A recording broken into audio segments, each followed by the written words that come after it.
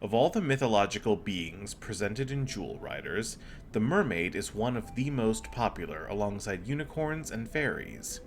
The word mermaid is a combination of the Old English words mer for sea and maid for young lady. Mermaids were not always presented as the innocent young women with fish tails, dreaming of love beyond the waves that we see today. One of the earliest mermaid legends appeared in Syria around 1000 BC, when the goddess Atargatis dove into a lake to take the form of a fish. As the gods there would not allow her to give up her great beauty, only her bottom half became a fish, and she kept her top half in human form. Archaeologists have found Atargatis' figure on ancient temples, statues, and coins. In Greek mythology, deadly sirens would wait at sea for unsuspecting sailors and lure men to their death with their angelic singing voices. Sirens were described as beautiful nude women with bird-like wings. Over time, stories about these femme fatales shifted into tales of fish-like women who lived in the ocean and sought the love of human men.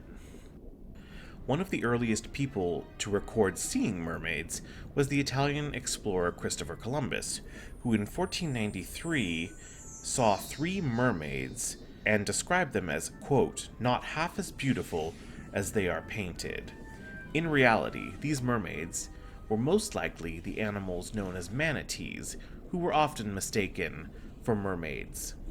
The most famous mermaid story is Hans Christian Andersen's The Little Mermaid, which was published in 1837 as part of an anthology of fairy tales. It is a beloved tale that portrays the story of a young mermaid princess who gave up her voice in exchange for legs so she could marry a human prince and gain a soul. This concept was inspired by an 1811 novella called Undine by Friedrich de la Montfaucon, in which a water spirit marries a knight to gain a soul, but must spend 1 day away from him each week, during which she resumes her mermaid form. This romantic depiction of mermaids continued through the 20th century, when sirens were broken off into a separate entity from the more romantic and kind-hearted merfolk. During this transitional period, many stories, such as J.M. Barrie's 1904 play Peter Pan, depicted mermaids as somewhere in between the dangerous femme fatales of Greek mythology and the playful and loving creatures portrayed in Disney's adaptation of The Little Mermaid. The 1980s and the 1990s were a peak period for the popularity of mermaids, driven largely by Ariel's irresistible charm in the classic 1989 Disney film The Little Mermaid, which followed on the fins of a live-action romantic comedy about a mermaid called Splash. The first half of the 90s brought 2 animated series inspired by Hans Christian Andersen's fairy tale. One was a prequel to the Disney film that followed Ariel's adventures in Atlantica a year before she met Prince Eric. The other was produced by Saban and told the story of a blonde mermaid named Marina, who acquired a magic potion that could turn her human for 1 hour each day to be with her prince, Justin, who had a potion that allowed him to breathe underwater for 1 hour each day. Princess Gwenevere and the Jewel Riders continued this trend of cartoon mermaids in the episode Jewel of the Sea, where Tamara was transformed into a mermaid after an accidental exchange of enchanted jewels with a young merboy named Gilly. For many years, it was rumored that a mermaid doll was going to be made for Jewel Riders of Tamara in her mermaid form from the Season 2 episode, Jewel of the Sea. These rumors went unsubstantiated for many years until we here at the Jewel Riders Archive found a Toy Fair catalog from 1996 that portrayed the actual doll prototype of the mermaid Tamara doll. She has a removable plastic fin and can be dressed either in a dress or as her mermaid form, very reminiscent of other mermaid dolls in the 90s.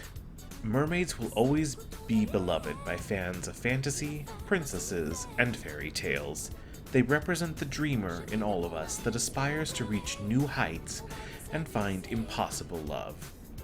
Their deadly siren ancestors create a mysterious allure of the unknown and fill us with a sense of foreboding. In Hans Christian Andersen's tale, it was the mermaid who had to give everything up for her prince. This created a shift in morality for those who wanted to experience the beauty and wonder of the world under the sea without bringing harm to those who admire their charms. Today, it is easier than ever to put on a beautiful tale and become a mermaid. How much would you be willing to sacrifice for love? Thanks for watching our video on the history of mermaids. If you want to find out more about mythological creatures and their relation to both jewel riders and popular culture, check out our other videos in this series on the history of unicorns and the history of fairies and fairyland.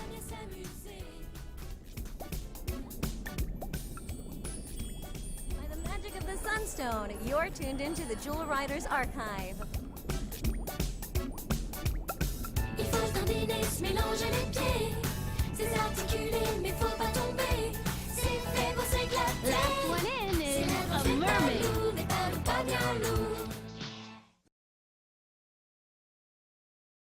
Ronnie likes mermaids. He should be reading this. Oh, he's so sassy! Oh.